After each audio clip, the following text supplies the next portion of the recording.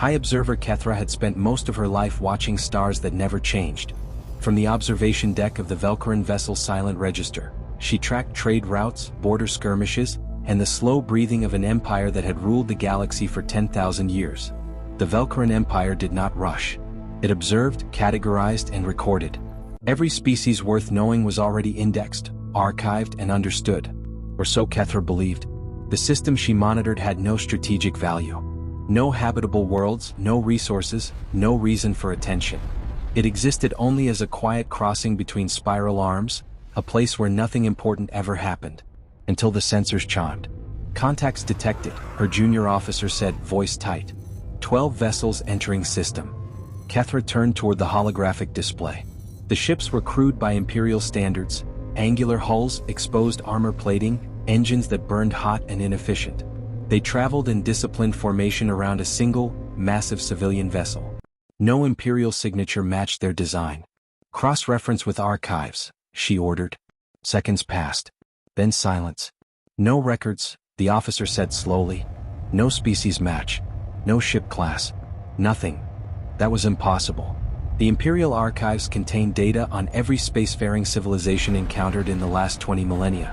Kethra felt an unfamiliar unease coil in her chest. She opened a passive channel and listened. The voices were harsh, direct, lacking the layered politeness common to advanced species. Translation resolved quickly. Colony ship steady. Escorts maintain position. 3 cycles to destination. Colonists, Kethra realized. Families. Children. She logged her assessment with professional detachment. Unknown species, early interstellar capability, minimal threat. Primitive but organized. Then the sensor screamed. Multiple warp signatures, the officer shouted. 40 vessels, aggressive vector. Kethra recognized the shapes instantly. Organic hulls. Pulsing bioweapons. The Rethvon Collective. Parasites. Slavers. A species that consumed others to survive. The Rethvon fleet angled directly toward the unknown colonists. Orders? The officer asked quietly. Should we warn them? Kethra hesitated. Imperial doctrine was absolute. Observers did not interfere. They documented extinction events, not prevented them. She transmitted a brief report to Imperial Command. The response returned cold and immediate. Observe. Do not intervene. The channel closed. On the display, the unknown ships reacted. They tightened formation. Escorts moved forward, placing themselves between the Predators and the colony ship. They aren't fleeing, the officer whispered. Kethra watched as a single small warship advanced alone toward the incoming swarm. And for the first time in 4 decades of observation, she felt something crack. The first Rethvon weapon struck without warning. Streams of corrosive bioacid tore through the darkness, lighting space with violent color. The human escorts did not break formation. They surged forward to meet the attack head-on, weapons firing in disciplined bursts that tore chunks from organic hulls. Against 40 Predators, the humans fought as if retreat were not an option. Kethra watched the forwardmost human ship accelerate straight into the enemy swarm. Its transmission cut through the chaos, clear and calm. This is Captain Elias Ward of the destroyer Resolute. All ships hold the line. Protect the colony. No exceptions. Acknowledgements followed. Short. Steady. Human. The Resolute slammed into the heart of the Rethvon formation, guns blazing. Missiles detonated against living armor. Kinetic rounds punched holes through pulsing hulls. For a moment, brief and astonishing, the humans inflicted real damage. Then the swarm closed. Acid fire engulfed the destroyer from every direction. Armor peeled away. Internal explosions blossomed across its frame. Still, the ship did not slow. Kethra leaned forward as the damaged vessel angled toward a massive Rethvon cruiser. They're ramming, her officer breathed. The Resolute struck at full thrust. Its reactor detonated in a blinding flash. 2 ships vanished in white fire. They chose that, the officer whispered. They chose death. There was no time to process it. Another human cruiser moved forward to replace the fallen ship. Then another. The line closed as if rehearsed. One by one, the human vessels advanced, fought, and died, each taking enemy ships with them. Kethra magnified her sensors, piercing damaged hulls. She saw humans on burning bridges, bloodied and focused, shouting orders through smoke. Crews dragged wounded to escape pods even as alarms wailed. No panic. No surrender. The cruiser Iron Resolve fought with half its hull dissolved, firing until its weapons overheated and fused. When it finally exploded, its escape pods launched, only to be methodically destroyed by the Rethvon without hesitation. "They're killing the lifeboats," the officer said, voice breaking. The slaughter continued. Human ships burned, rammed, and detonated themselves into enemy formations. Each loss tightened the defensive wall around the colony ship, buying minutes with lives. After 2 hours, only 3 escorts remained. They formed a final barrier before the colony vessel as its engines strained uselessly. The Rethvon swarm flowed around them, unstoppable. Human screams filled the channel. Children cried. Parents shouted names that would never be answered. The last 3 warships charged anyway. The final transmission came from a battered destroyer barely holding together. "This is Captain Mara Solis," the voice said, exhausted but unwavering. "If anyone hears this, remember us."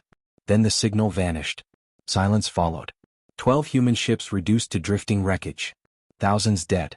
Kethra stared at the devastation, her hands trembling. "They never ran," she said quietly. "Not once." The officer swallowed. "Why?" Kethra had no answer. But deep inside she felt something else. Fear. The battlefield drifted into stillness.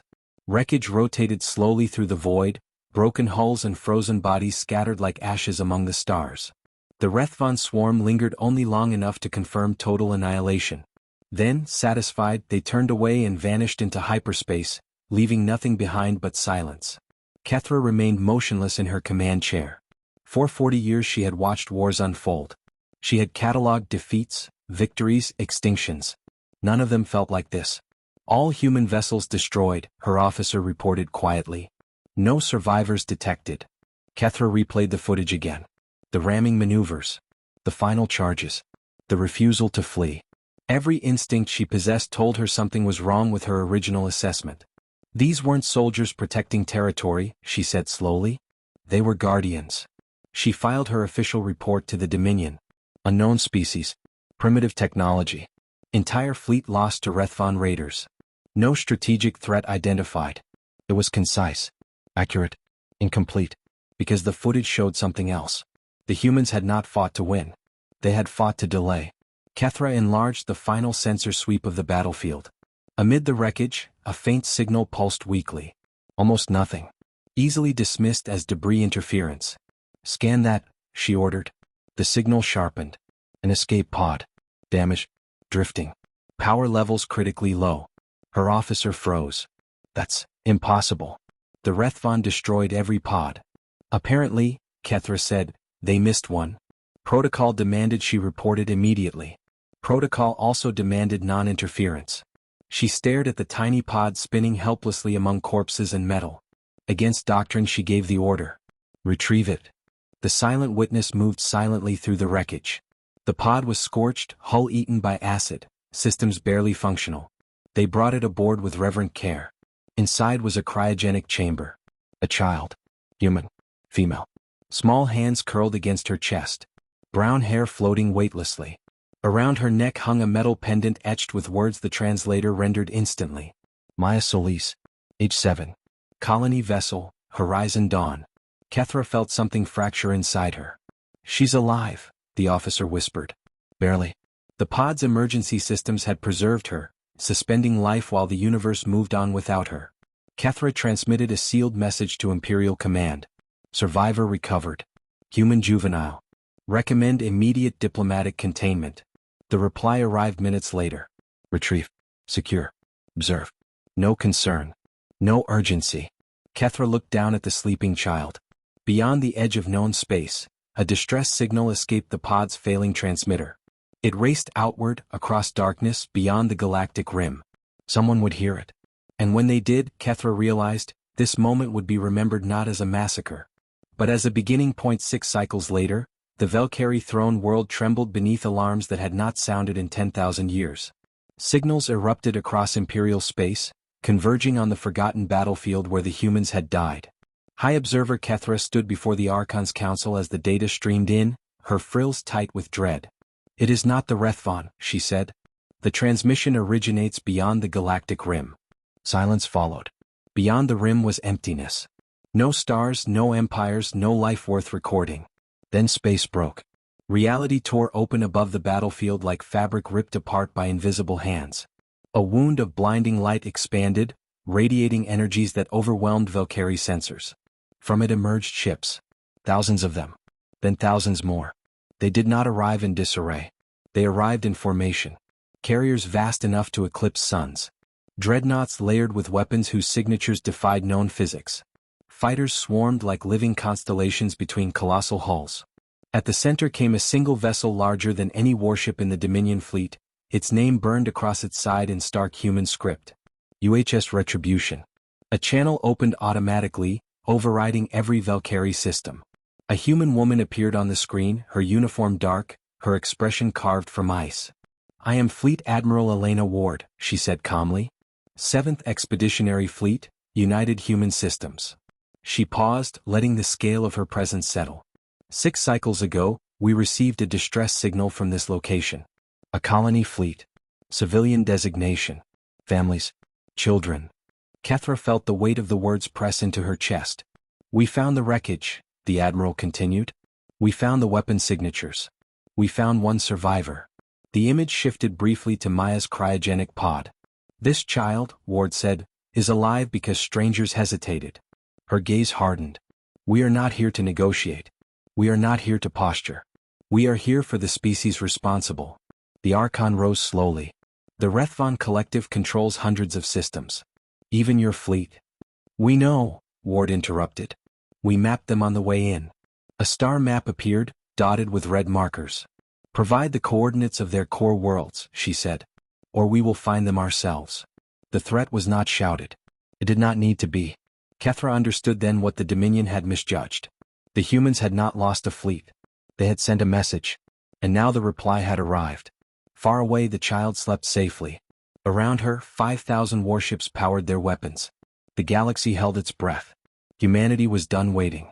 History would mark this moment as the instant fear changed sides forever, when observation ended and consequence began, and the stars learned restraint had limits, etched permanently into every archive and memory across galaxies.